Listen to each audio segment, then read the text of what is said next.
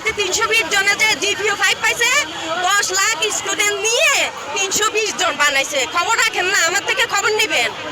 320 জন যে জিপিও পাইছে 10 লক্ষ স্টুডেন্ট ছাতায় কইরা 320 জন যে জিপিও 5 পাইছে। জিপিও 5 পাবে না কেন?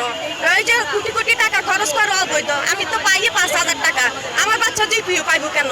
আমি তো পান্তা ভাত দিয়ে আমার বাচ্চারা খাওয়াই, আমি তো প্রাইভেট কোচিং পড়াইতে পারি না।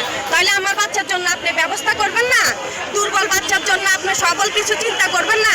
দুর্বল বাচ্চা যদি 10-20 পায় তাকে 30-33 দিবেন, কথা শেষ। বড় লোকের জন্য ভিন্ন ইয়া করেন, পড়ালেখার নিয়ম করেন, গরিবের জন্য ভিন্ন পড়ালেখা করেন। সবল আর দুর্বল বলে একটা কথা আছে না? খালি আপনারা সবল দেখবেন, দুর্বল দেখবেন না। গরিব বাচ্চা কিভাবে কোচিং গৃহশিক্ষক রাখবে বলেন? এবার উত্তর দেন না কেন বলেন? সেই ক্ষেত্রে যে আপনি যে দুর্বল বাচ্চাদের কি নাম্বার বাড়াই দিতে বলতেছেন, কিন্তু নাম্বার বাড়াই দিলে দেশের উপকার কি হবে? দেশের কোনো উপকার লাগবে না।